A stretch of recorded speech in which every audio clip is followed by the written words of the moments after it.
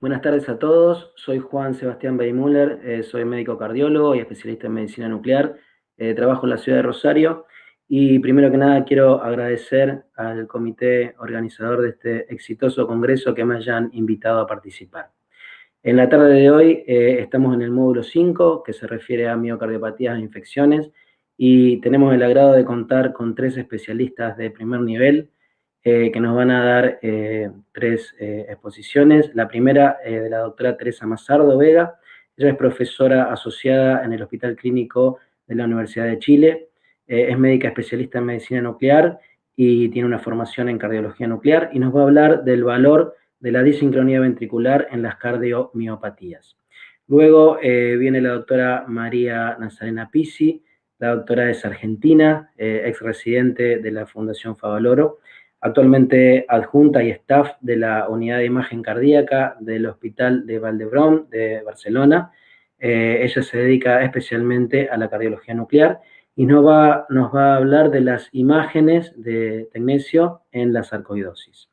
Para finalizar las charlas de este módulo está el doctor Víctor Mártire. El doctor es un especialista en medicina nuclear y trabaja en el centro PET-CT CITEC de la ciudad de La Plata. Él es exdirector del Consejo de Cardiología Nuclear de la Sociedad Argentina de Cardiología y nos va a hablar de la evaluación de la endocarditis infecciosa con PET-CT. Luego de estas excelentes disertaciones, el doctor Marcelo Rodríguez, cardiólogo nuclear, especialista que se desempeña en la Clínica Colón de la ciudad de Mar del Plata y que es expresidente de la Asociación Argentina de Cardiología Nuclear, se va a encargar de presentar a nuestros expertos panelistas que tenemos en esta mesa del día de hoy para hacer el debate y las preguntas, y se va a encargar también de la mesa de preguntas y respuestas que pueda llegar a ver en el público. Así que bueno, sin más que decir, los dejo con la doctora Mazardo.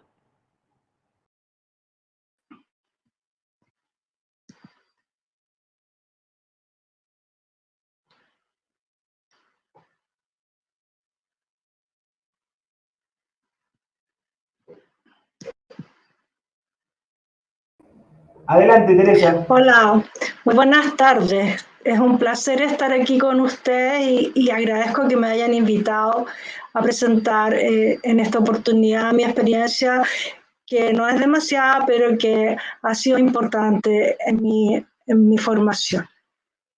En primer lugar, les quería presentar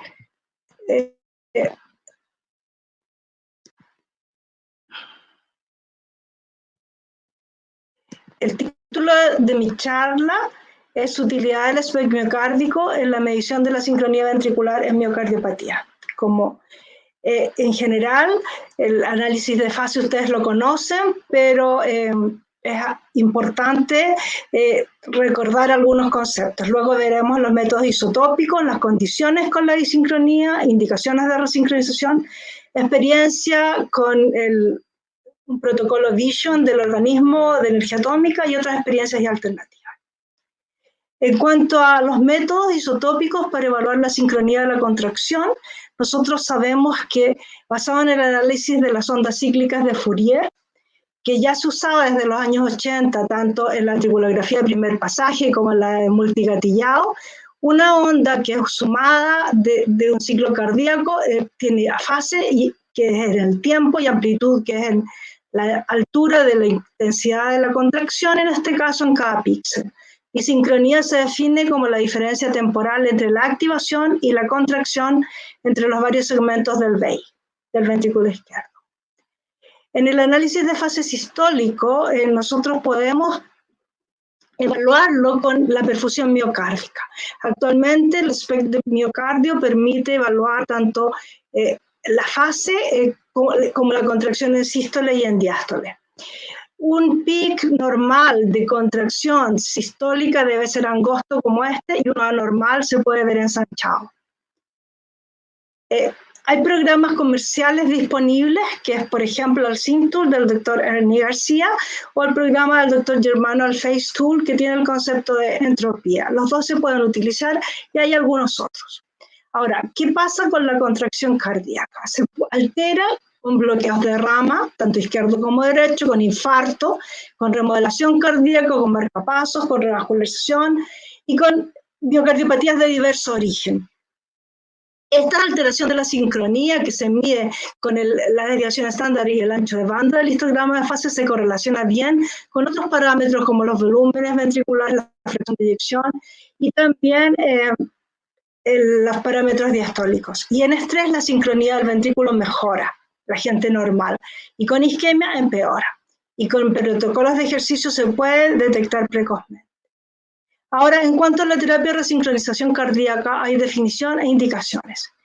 ¿Qué significa resincronizar? Significa instalar un marcapasos biventricular con un tercer electrodo conectado al ventrículo izquierdo que ayuda a sincronizar o ayuda a resincronizar la contracción mecánica. Esta diferencia. Esta es una terapia estándar cuando hay insuficiencia cardíaca refractaria a una terapia médica adecuada. Entonces, esta alteración entre mecánico y eléctrico, este desacoplamiento debe recuperarse. Se requiere que haya una fracción de eyección deprimida bajo 35% para que tenga mejor resultado y un QRS ancho, ojalá sobre 150 milisegundos, que se ve con el bloqueo de rama izquierda. El SPECT puede ayudar a evaluar la sincronía mecánica y guiar la postura del electrodo en forma independiente del origen de la miocardiopatía. Si esta no es isquémica y es no compactada, tendría mayor mejoría. Este trabajo de Amalia Pace, la revista European Journal del año 2020.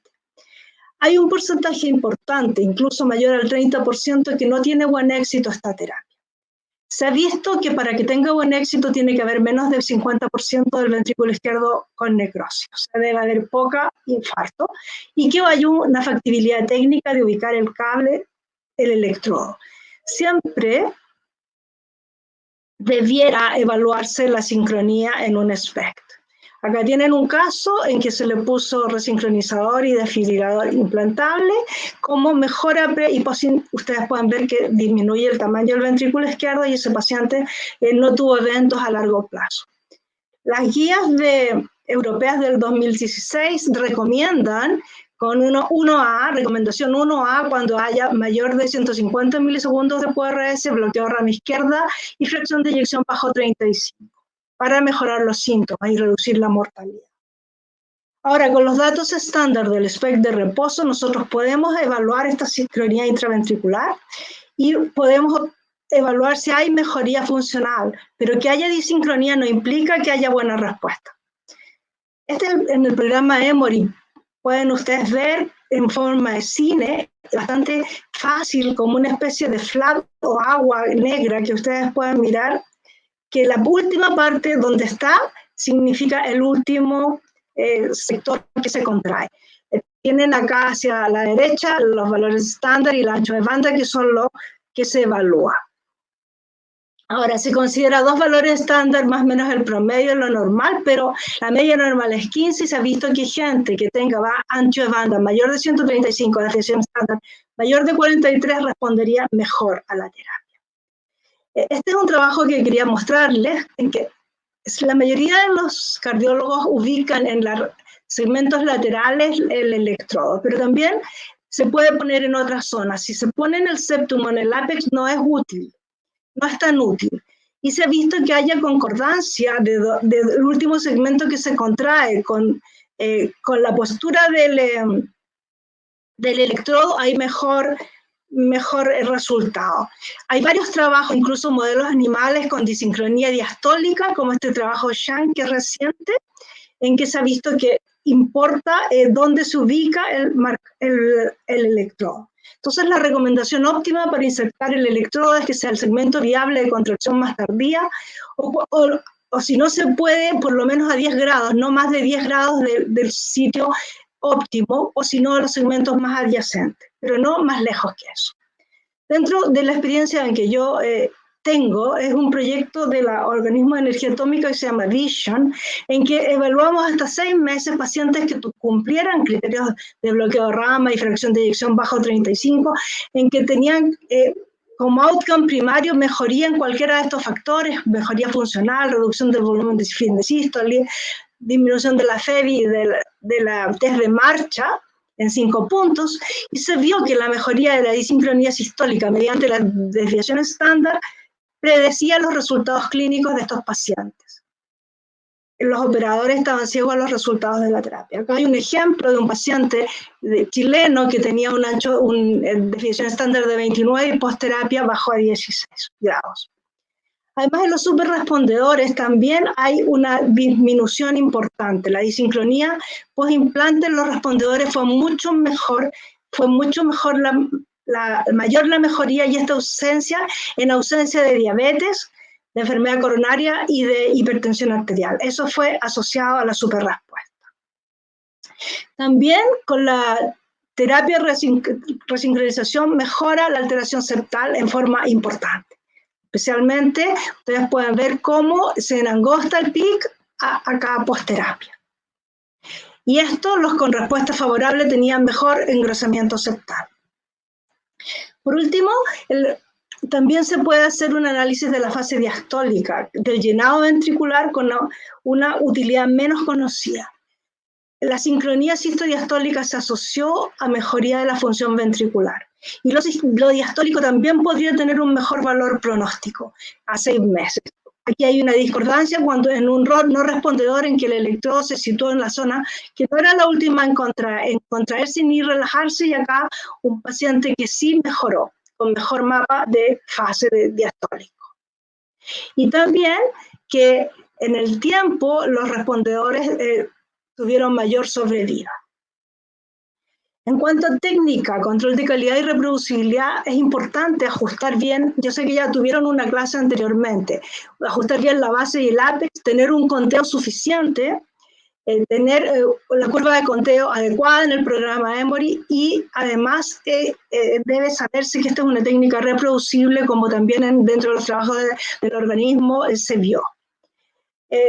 En cuanto a técnicas paralelas o alternativas, los cardiólogos utilizan mucho la resonancia magnética con realce gadolinium tardío para ver si hay o no hay escara o infarto, y el speckle tracking y ver el strain de los segmentos y ver cuál es el segmento que se contrae más tardíamente. Con esto se ha visto que hay capacidad de predecir con un área bajo la curva también bastante buena de 0,88. No se debe olvidar, por otra parte, que el PET también se puede estudiar sirve para medir la disincronía ventricular, con FEG en la viabilidad y con rubidio con amonio en reposo y en estrés. Además, quería mencionarles que hay otros cambios que pueden observarse con la terapia de resincronización. No solo el ProBNP sanguíneo está muy elevado y mejora, disminuye con una resincronización adecuada, sino que también hay significativa mejoría en la disfunción endotelial. Esto expresado en moléculas de adhesión, intercélulas endoteliales o con el número de células endoteliales circulantes. Ambos son biomarcadores sensibles. Estos biomarcadores disminuyen 6 meses después de la terapia, persistiendo si anormales. Es un trabajo del grupo chileno que dentro del grupo Vision, que tuvimos más de 150 pacientes, pude hacer en forma local. También en Chile hay otro trabajo, un grupo paralelo, en que se vio que hay asociación de la alteración de la vía de la roquinasa asociada a la remodelación ventricular reversa. O sea, la terapia de resincronización sirve en muchos sentidos. Concluyendo, con SPECT de perfusión miocárdica gatillada en reposo, se puede medir la sincronía intraventricular, tanto sistólica como diastólica. En insuficiencias cardíacas refractarias a terapia médica que presenten bloqueo de rama, que tengan indicación de resincronización, se puede ayudar a la evaluación previo y post-terapia, y también esto tiene valor pronóstico.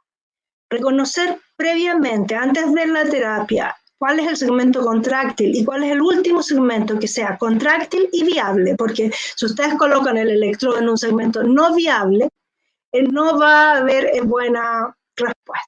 Es fundamental para lograr el éxito de la terapia de resincronización.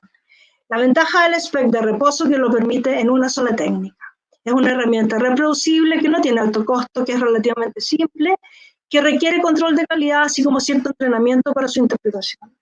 Y otro punto a favor es que se puede aplicar retrospectivamente. Gracias por su atención.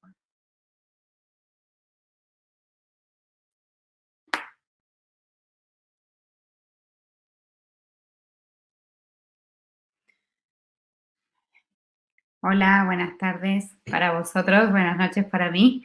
Eh, Os voy a mostrar una charla sobre técnicas de imagen en sarcoidosis. Como vosotros sabéis, os agradezco que me hayan invitado a compartir el congreso en Latinoamérica y a mis amigos argentinos que especialmente siempre me invitan a compartir todos estos momentos. Pues la sarcoidosis, como vosotros sabéis, es una patología sistémica que puede afectar cualquier órgano con mayor o menor frecuencia dependiendo de la distribución geográfica y, por tanto, hablar de técnicas de imagen en el contexto de la sarcoidosis sería hablar de múltiples tipos de imágenes invasivas, no invasivas, que pueden incluir biopsias según el órgano que querramos valorar. Yo, por supuesto, me voy a centrar en la valoración de la afectación cardíaca por sarcoidosis y en la utilidad que tiene esta técnica, que es el PET-CT con fluordesoxiglucosa para hacer el diagnóstico de sarcoidosis cardíaca. Como también sabéis vosotros, la sarcoidosis es una patología de etiología incierta que desconocemos en sí los factores que pueden implicar su desarrollo, pero sí sabemos que su patogénesis está vinculada a unas lesiones que son los granulomas no caseificantes, en los cuales están involucrados muchas células inflamatorias, y estos granulomas van reemplazando progresivamente el tejido miocárdico hasta evolucionar hacia distintos grados de fibrosis. Y en un estadio avanzado se puede valorar la presencia de esta fibrosis mediante el realce tardío por la resonancia o incluso las técnicas de perfusión habitual, pero entonces será lógico pensar que la técnica del PET, ya que las células inflamatorias captan fluordesoxiglucosa, podía ser útil y muy sensible en la valoración de la fase activa de la sarcoidosis. Y esto pues, fue corroborado fácilmente también mediante histología en los estudios con PET, en donde se visualizaban captaciones patológicas que podían corresponder a granulomas.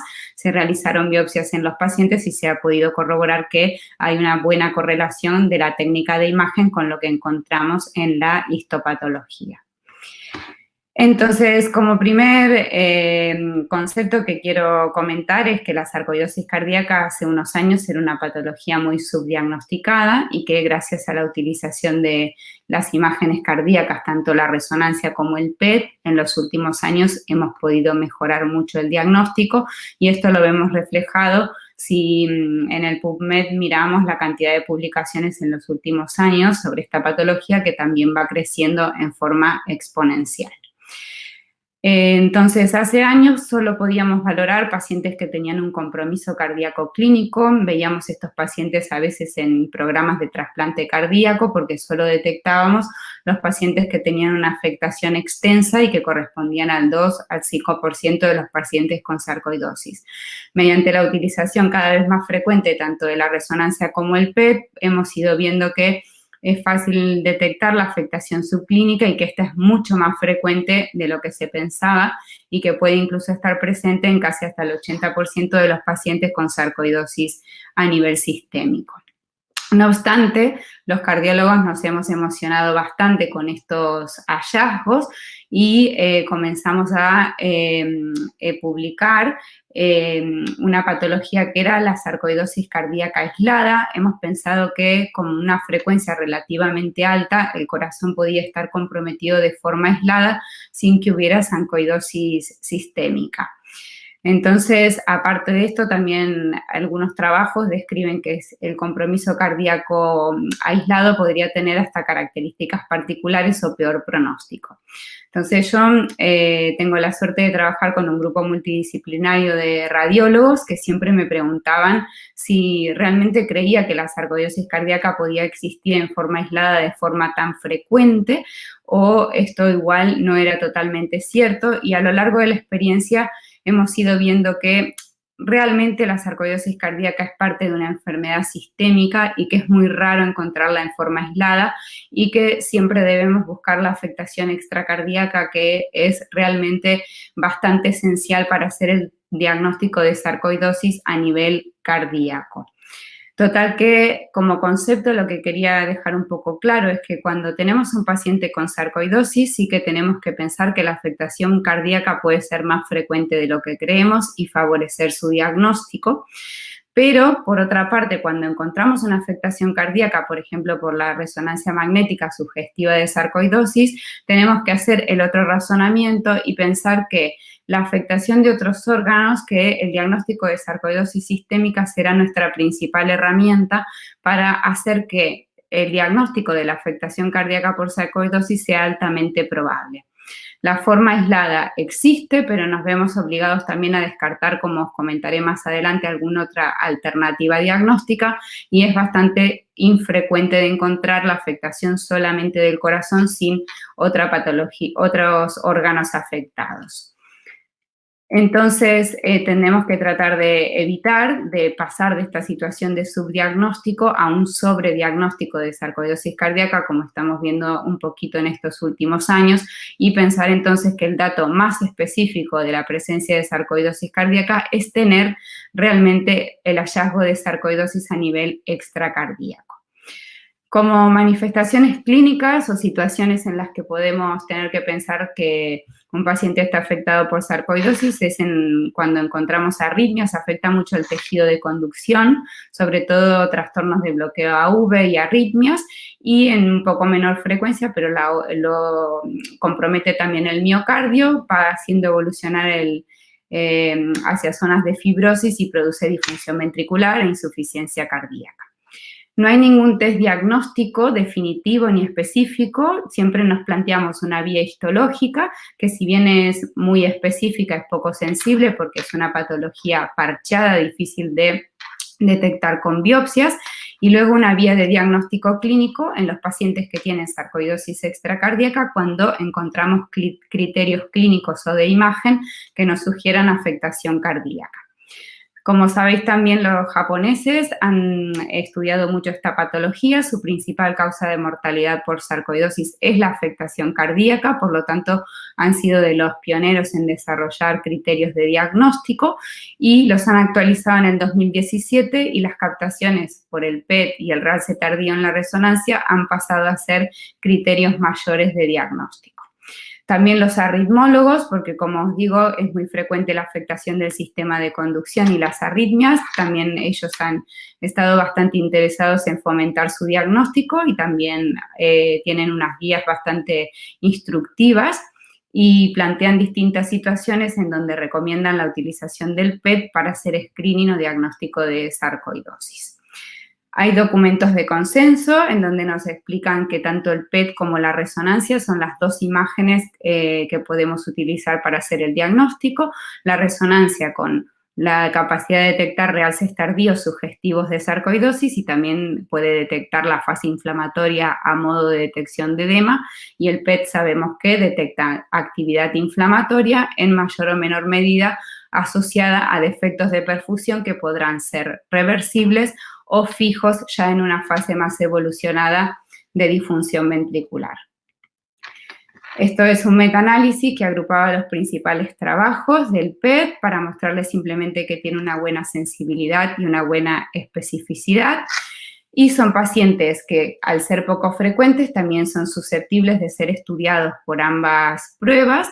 Podemos aprovechar y utilizar una técnica de PTRM, son equipos poco disponibles, pero en un futuro también estarán más disponibles. Total que en esta patología que es infrecuente, a veces puede ser útil contar con la información tanto del PET como de la resonancia para valorar estos pacientes. Y un trabajo muy bonito de Ron Blankenstein, del grupo del Dr. Dick Carley, nos ha demostrado que la utilización de datos de PET y de RM en conjunto mejora la clasificación de los pacientes y hace que el diagnóstico final sea más concordante con el que obtenemos a través de las imágenes. ¿Cómo se hace un PET para diagnosticar sarcoidosis? Hay documentos de consenso de las distintas sociedades. Está claro que no debemos dejar que el miocardio consuma glucosa como sustrato energético, porque si no, no vamos a a poder valorar. Utilizamos una técnica de frenación miocárdica, igual que en los PET de endocarditis, mediante una dieta específica, rica en ácidos grasos y baja en hidratos de carbono, y un ayuno prolongado de más de 18 horas y en algunos casos heparina también, y lo que intentamos es obtener esta situación de frenación miocárdica, porque si el corazón no frena, pues no vamos a poder valorar la presencia o no de focos inflamatorios patológicos. Este es un poco el protocolo resumido. Como os he dicho, la dieta, el ayuno y la heparina, aunque os pongo aquí este símbolo porque en los últimos años se ha visto que su utilidad es un poco más marginal. Adquirimos siempre una imagen de perfusión para comparar luego con las imágenes metabólicas, que puede ser mediante el PET o mediante el SPECT. Adquirimos siempre un whole body, aunque sea limitado al tórax, para detectar sarcoidosis extracardíaca, y luego una imagen cardiodedicada de PET para detectar focos inflamatorios. Y con toda esta información, aparte de valorar el whole body a nivel cardíaco, valoramos la relación que puede haber con focos inflamatorios de FDG y en relación con ello los defectos de perfusión en las imágenes de PET o de SPECT. Entonces, con esto tenemos distintos patrones que se considerarán o no patológicos, y también nos ayuda a definir un poquito el estadio según prevalezca la fibrosis o según prevalezca la actividad inflamatoria. Y también es muy útil o muy recomendado saber la anatomía coronaria para ver si estos defectos de perfusión corresponden a inflamación, o puede ser que el paciente también tenga cardiopatía isquémica. Os muestro un caso simplemente de una mujer muy joven en donde teníamos una resonancia con un defecto de perfusión en unas zonas de realce tardío sugestivos. Esta señora venía por un bloqueo AB completo. Hacemos unas imágenes de un PET en donde vemos un foco de captación. Lo que hay arriba en el display es inflamación detectada con FDG. Y aquí en forma tomográfica, que quizás es más fácil, os muestro un defecto de perfusión altamente hipermetabólico que corresponde a una zona de granuloma, que es la lesión típica de la sarcoidosis. Y esta paciente no lo conocíamos, pero mirando las imágenes de whole body hemos visto que tenía en forma sutil, pero que tenía la afectación extracardíaca a nivel pulmonar. Con respecto al pronóstico, pues los pacientes con sarcoidosis son un grupo muy heterogéneo. El que tenga una afectación muy extensa tiene un muy mal pronóstico, y el que tenga una afectación subclínica, en general todos estos pacientes tienen una sobrevida excelente. Por lo tanto, como el pronóstico de los pacientes es heterogéneo, no está muy bien determinado el tratamiento, y solo contamos con estudios muy pequeños, nada randomizado, todo de muy poca cantidad de pacientes. En el 2020-2021 estamos exactamente igual. De todas maneras, los hallazgos por el PET tienen importancia pronóstica. Cuanto más actividad inflamatoria y sobre todo si el compromiso es biventricular, estos son factores de mayor pronóstico, mal pronóstico de mortalidad y de arritmias ventriculares. Y como concepto también quiero decirles que no solo la actividad inflamatoria es un marcador de mal pronóstico, que quizás lo más importante es entender que detectar esta fase activa nos permite realizar un tratamiento para evitar que esto evolucione a la fibrosis, y que la fibrosis detectada por cualquiera de las técnicas es el marcador de peor pronóstico que tienen estos pacientes a largo plazo, es el marcador principal de mortalidad. En los últimos trabajos, en todos se va repitiendo más o menos estos hallazgos. La inflamación es importante, pero quizás menos significativa como predictor de arritmias que lo que es a posteriori el desarrollo de fibrosis detectada por realce tardío o por defectos de perfusión, que cuando ya se instala la fibrosis, esto es el marcador de peor pronóstico en estos pacientes. Y quería, también coincido con lo que han escrito Roxana y María Fernanda recientemente en un editorial de un trabajo que no tiene que ver con realce tardío ni con PET, pero que ellas también coinciden con que la fibrosis es el marcador de peor pronóstico en la evolución de estos pacientes en este editorial.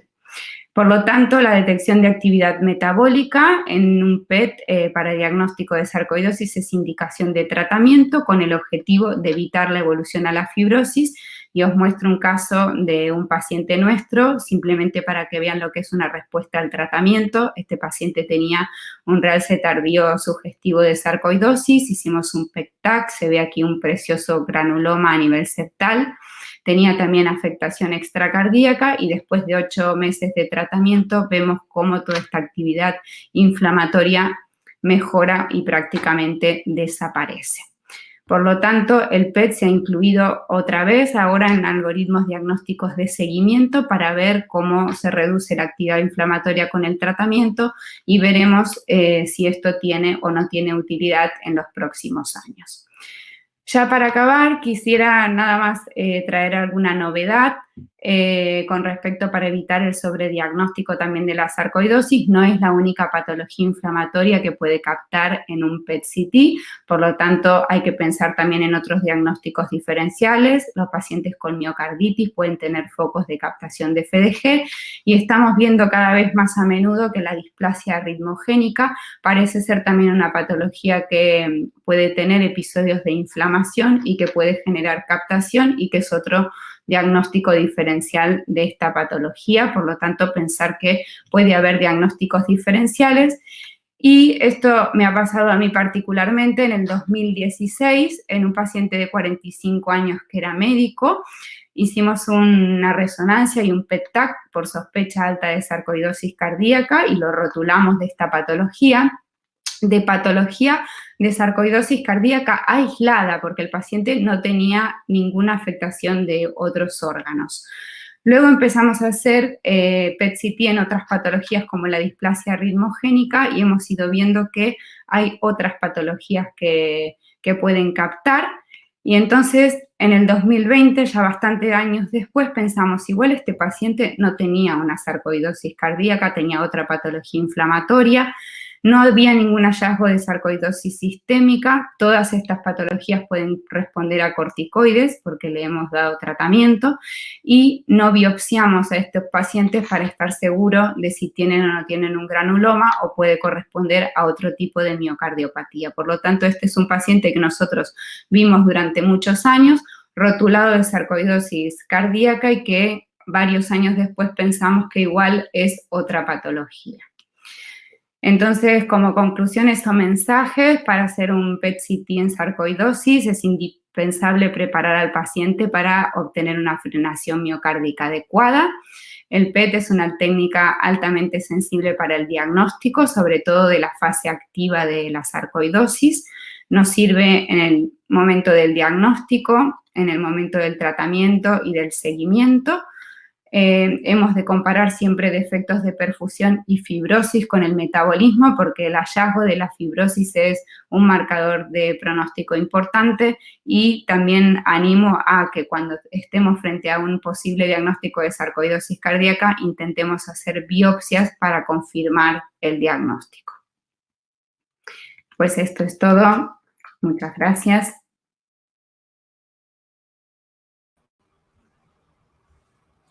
Hola, buenas tardes desde la ciudad de La Plata. Un gran abrazo a todos.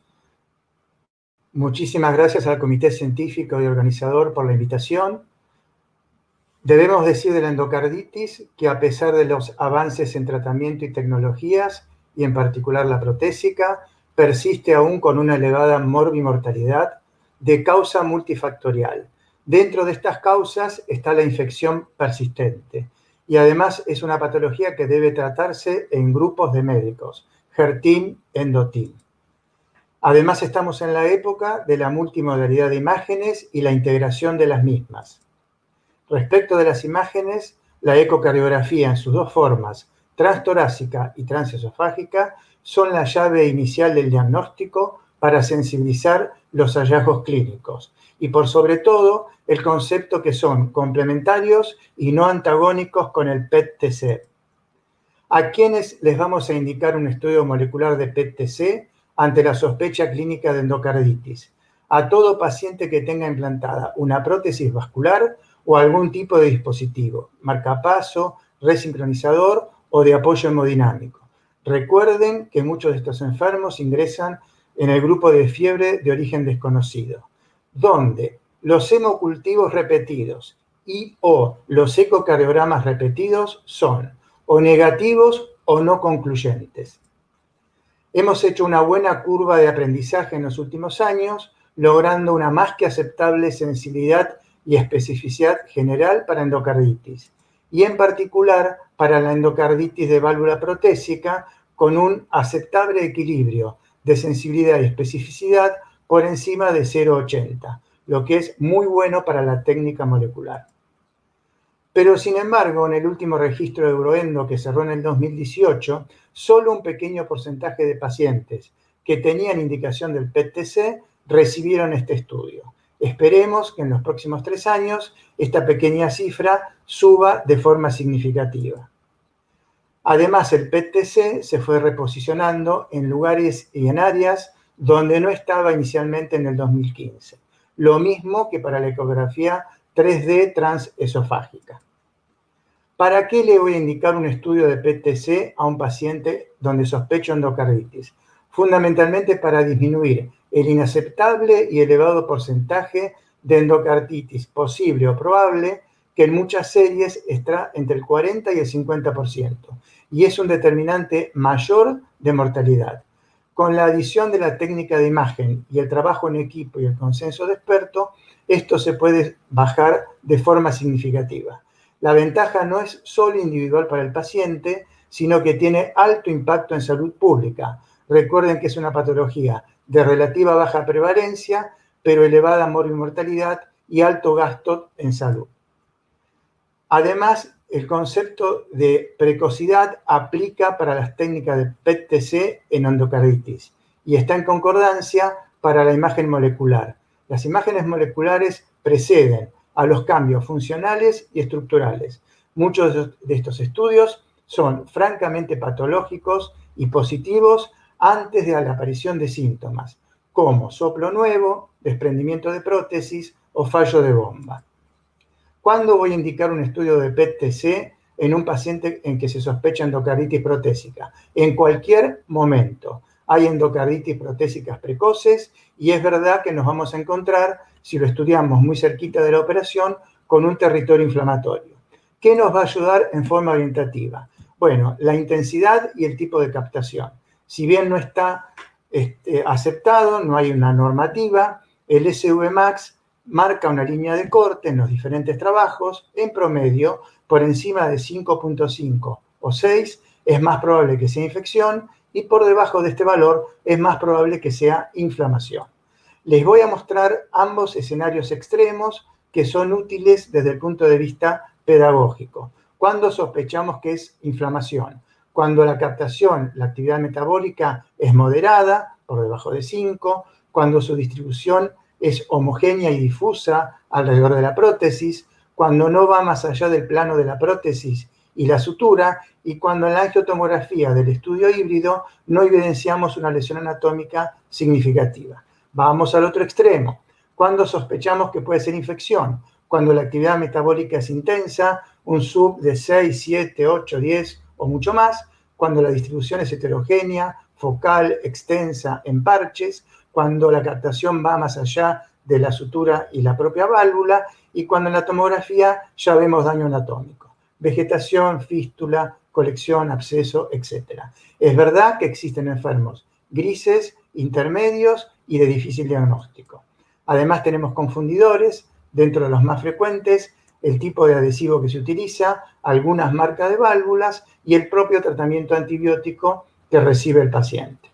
Para los dispositivos implantados, el algoritmo es bastante parecido y el PET está correctamente posicionado. Quiero resaltar que cuando se sospecha infección sistémica o el paciente tiene compromiso hemodinámico por este motivo, la velocidad para llegar al diagnóstico por la técnica de PET debe ser mucho más rápida. Tenemos una sensibilidad un poquito menor, rondando el 70%, y una curva ROC un poquito más aplanada, pero suficiente para aplicarlo en la práctica clínica. El SVmax para dispositivos con la línea de corte es bastante parecida al de las prótesis, un poquito más pequeña, por arriba o por debajo de 4,5. En los dispositivos de apoyo hemodinámico el diagnóstico de los planos superficiales y profundos es exactamente igual. Aquí lo que cambia es que muchos de estos pacientes tienen un estado clínico crítico y esto aumenta la mortalidad más allá de lo que produce la propia infección del dispositivo. El PET-TC fue correctamente posicionado en el diagnóstico de infección de dispositivos con cultivos positivos o negativos, y esto es lo ideal que debemos lograr, bajar a la mínima expresión posible el porcentaje de endocarditis probable. Esto tendría que ocurrir siempre, y si fuese cero el porcentaje de endocarditis probable gracias al PET-TC y al trabajo en equipo, es lo ideal. Y además, respecto a los dispositivos, muchos de ellos deben ser retirados y reimplantados. El equipo quirúrgico nos pide siempre que estemos seguros que el paciente no esté infectado para no recolocar un dispositivo en un paciente que persiste con infección. Y esto es muy importante para el PET-TC, ya que tenemos que aprovechar su elevado valor predictivo negativo. Recuerden que hoy por hoy muchos de estos dispositivos se colocan con sobres o cubiertas con antibióticos para bajar la incidencia de reinfección. ¿Qué pasa por fuera del corazón? Tanto para prótesis como para dispositivos, un promedio de 30% de incidencia de daño multiorgánico, 4 territorios importantes. 3 de ellos bien evidenciables con el PET-TC, pulmón, vaso y la tan temida espondilodisquitis, y el cuarto y no menos importante cerebral, que se ve bien con la tomografía. Respecto del embolismo cerebral, hay trabajos que nos alertan sobre los pacientes asintomáticos cuyo comportamiento no es tan inocente y el grupo quirúrgico tiene que estar alerta en este sentido. ¿Cómo se debe hacer un estudio PET-TC ante la sospecha de endocarditis? Por supuesto, estudios híbridos, lo ideal con angio-TC, de cuerpo entero, para evaluar embolismo multiorgánico y para no perdernos puertas de entrada o de reentrada. Siempre con la supresión de la captación miocárdica, especialmente en los planos mitral y aórtico, y lo ideal que la supresión sea igual o menor a la captación del pool vascular. Nosotros no administramos heparina tampoco. ¿Hacia dónde vamos?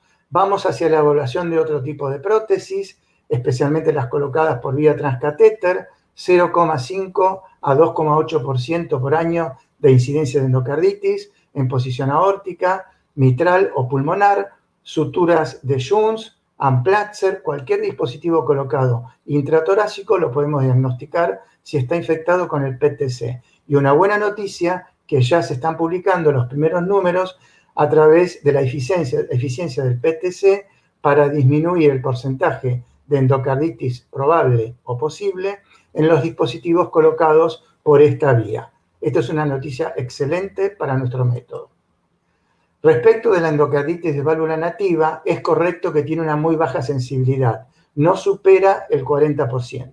Sin embargo, el PET-TC puede ser útil en algunos escenarios específicos, cuando tenemos que valorar embolismo sistémico o en algunos pacientes con refractariedad al tratamiento antibiótico correctamente instituido. ¿Cuál es el futuro? Hay un grupo de escenarios muy interesantes. Esperemos que tengan evidencia y que lo podamos aplicar en la práctica clínica. Les voy a mencionar algunos. En primer lugar, cuando estudiamos un paciente con endocarditis, no es solo la infección lo que vemos. Muchos de ellos, especialmente añosos, con comorbilidades y con gérmenes de elevada virulencia, tienen una exagerada respuesta inflamatoria que, lejos de ser reparadora, es un marcador de mal pronóstico. Y tiene dos aristas. Por un lado, la podemos evidenciar en el mismo estudio del PET-TC a través de la captación del vaso y de la médula ósea de columna dorsolumbar. Cuando esto aparece, sensibiliza el diagnóstico de PET-TC para endocarditis. Pero al mismo tiempo, si esto no se corrige, es un marcador de mortalidad en estos pacientes. Respecto de los nuevos radiofármacos, hay varios diseños. Les muestro uno como ejemplo. La maltoexosa, que tiene un rendimiento de imagen excelente, incluso con una carga bacteriana relativamente baja.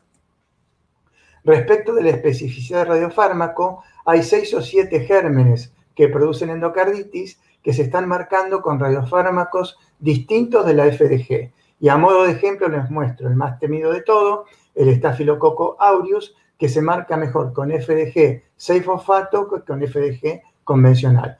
con una resolución temporoespacial más que aceptable. Y respecto de la inteligencia artificial, nos va a ayudar en varias áreas. Les voy a mencionar 3. La evaluación de biomarcadores, que junto con los datos clínicos y de las imágenes, determina alto o bajo riesgo en los grupos de pacientes. También la inteligencia artificial está evaluando genómica y virulencia del germen, especialmente en los más peligrosos como el Staphylococcus aureus. Y por último, la aplicación de radiómica y caracterización tisular, igual que como se hace en oncología, está siendo aplicada en endocarditis infecciosa con excelentes resultados. Y como si esto fuera poco, no alcanza con tener solamente el EndoTeam formado en las instituciones.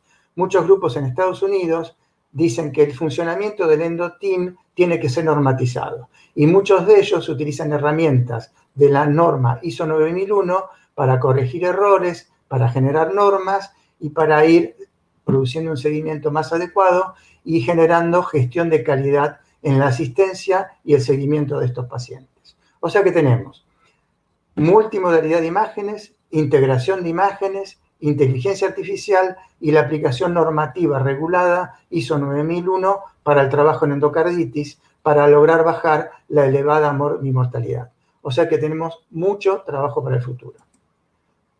Desde ya, nuevamente, muchísimas gracias, un gran abrazo y esperamos volver a vernos como hasta hace poquito, tanto con los grupos de Argentina como nuestros amigos del exterior. Muchas gracias.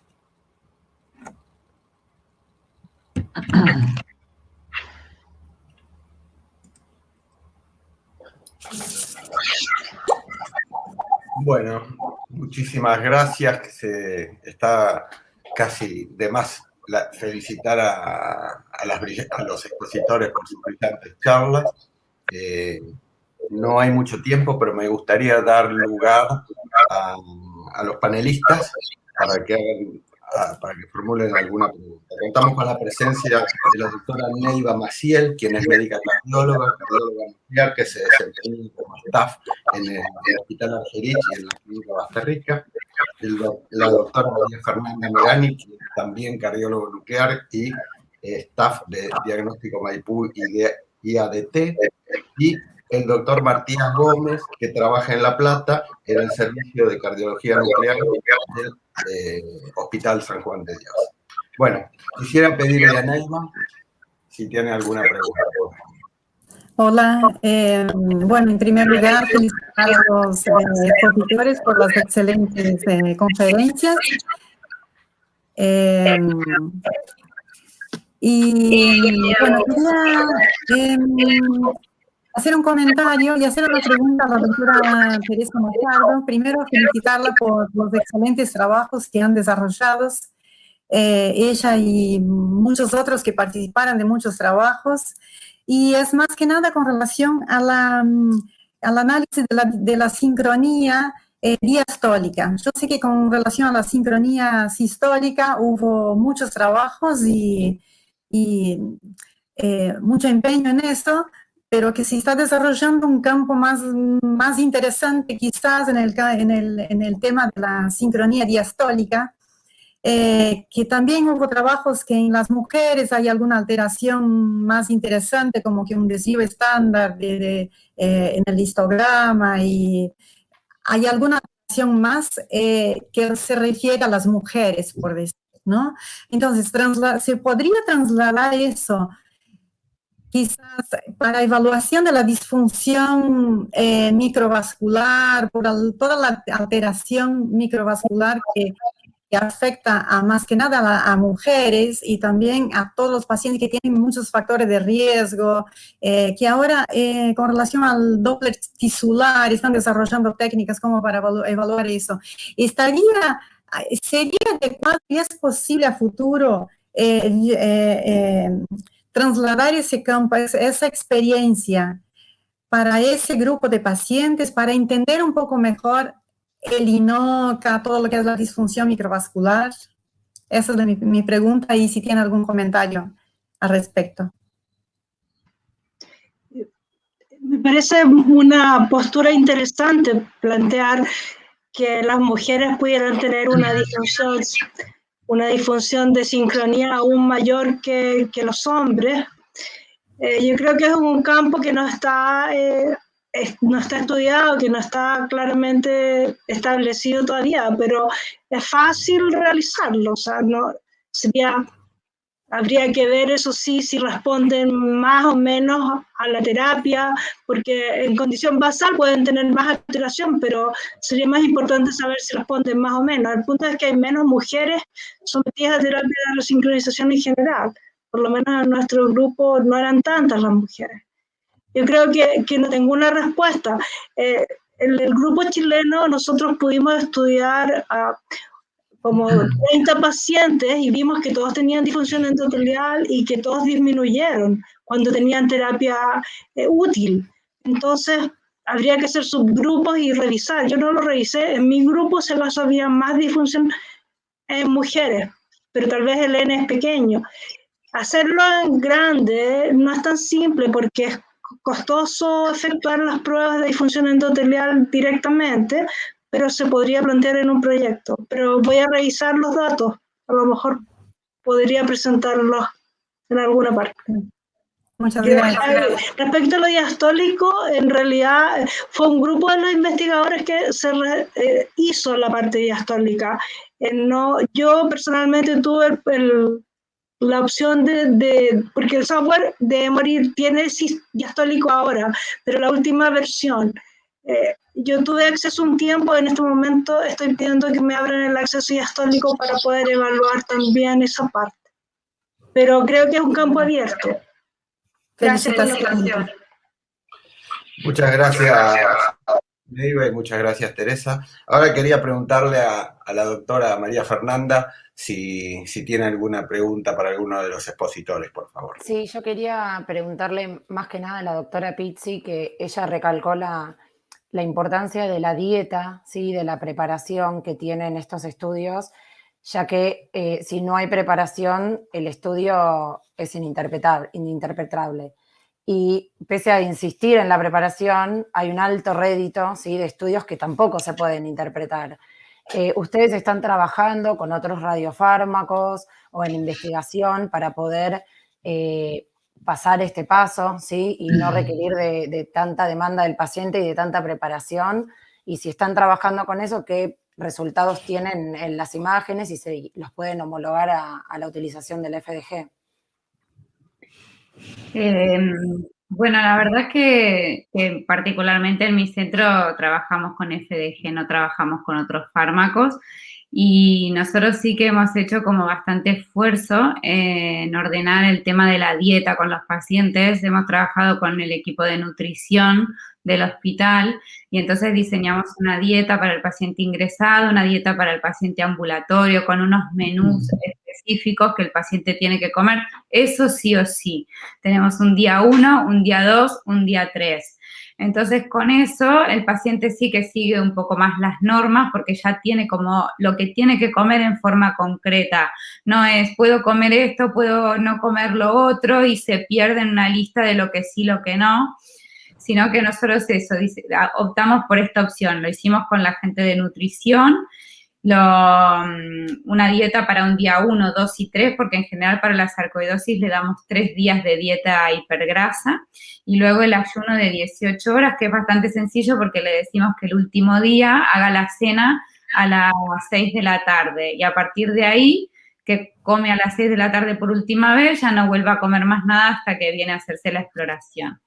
Entonces, con esta dieta, así ya específica de un menú que se tiene que comer ya dirigido, entonces las tasas de frenación son bastante altas. Yo diría que para cuando vienen a hacer estudios de sarcoidosis es muy, muy inhabitual, salvo que se le haya dado por no cumplir nada, que no obtengamos una frenación miocárdica óptima. Para la endocarditis, que además nos importa un poco menos, porque la prótesis sí que se puede valorar aunque no haya frenado por completo, pero en la sarcoidosis, que el paciente viene ahí bastante concientizado, en general bien. Y estas dietas nosotros las hemos publicado en algún artículo de la Revista Española de Medicina Nuclear, en en los protocolos de endocarditis, creo que están los menús, pero yo encuentro que la forma más eficiente es eso, que el paciente sepa qué comer en concreto, tal, al mediodía, a la noche, ahí un poco más concreto. Y con otros fármacos, de momento no hay nada desarrollado que reemplace la FDG para la inflamación. Bueno, ya ha contado Víctor que hay algunas cosas en desarrollo en el contexto de la infección, pero para lo de la inflamación, de momento otra cosa instituida para reemplazar la FDG no hay. Gracias. Muy bien, muchísimas gracias a ambas. Y ahora me gustaría preguntarle a Matías a ver si tiene alguna pregunta, algún comentario. ¿Qué tal? Buenas tardes a todos. Bueno, felicitaciones y muchas gracias por sus charlas. Y sí, yo le quería preguntar al doctor Mártire brevemente, a ver si tiene experiencia y qué rol cree que puede jugar el PET-CT en monitorear la respuesta al tratamiento en aquellos pacientes que por cuestiones de un riesgo quirúrgico elevado quizás no son candidatos a una nueva cirugía o son inoperables. A ver si en ese sentido también tiene algún valor que aportarnos.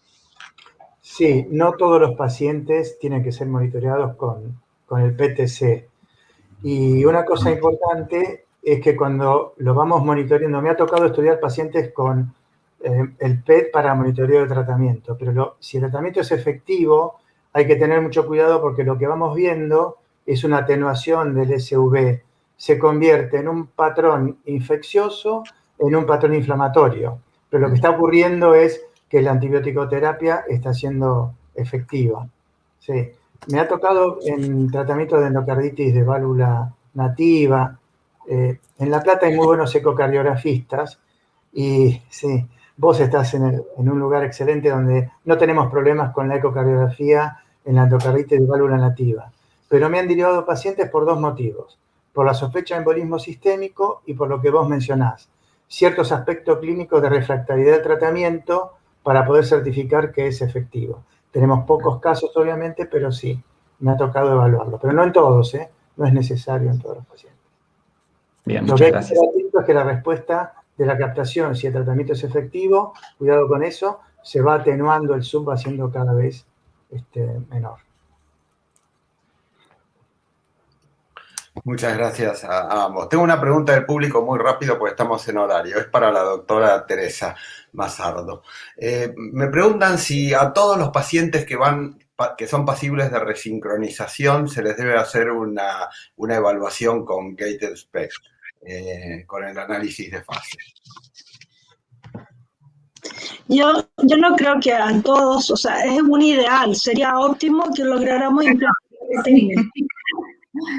Pero, por ejemplo, en mi hospital yo lo ofrecí, claro que los cardiólogos no sabían en el proyecto dónde podían poner el electrodo, eran ciegos, entonces en el fondo pasaron sus pacientes, pusieron el electrodo y no supieron bien cómo les fue y no es tan fácil volver a recordarles. Pero ellos no lo están usando de rutina, o sea, yo no lo he logrado implementar. ¿En quién creen que podría ser más importante? En aquellos pacientes que tengan defectos de perfusión o infarto, porque ahí puede haber zonas o múltiples defectos que no sea fácil sospechar cuál es el segmento que mejor va a ser implantable. Ahora los cardiólogos me aclararon muy bien que no es cosa de poner donde uno quiere, se pone donde mejor se puede. Entonces, es un poco teórico esto. No es tan fácil. Así es que yo no creo que haya una respuesta de a quiénes exactamente. El ideal sería a todos. Claro, habría que convencer a los electrocardiólogos. Bueno, quiero cerrar la mesa agradeciendo a todos los expositores, a los panelistas y a los organizadores, porque realmente el congreso es un lujo de ambas asociaciones. Muchísimas gracias por todo.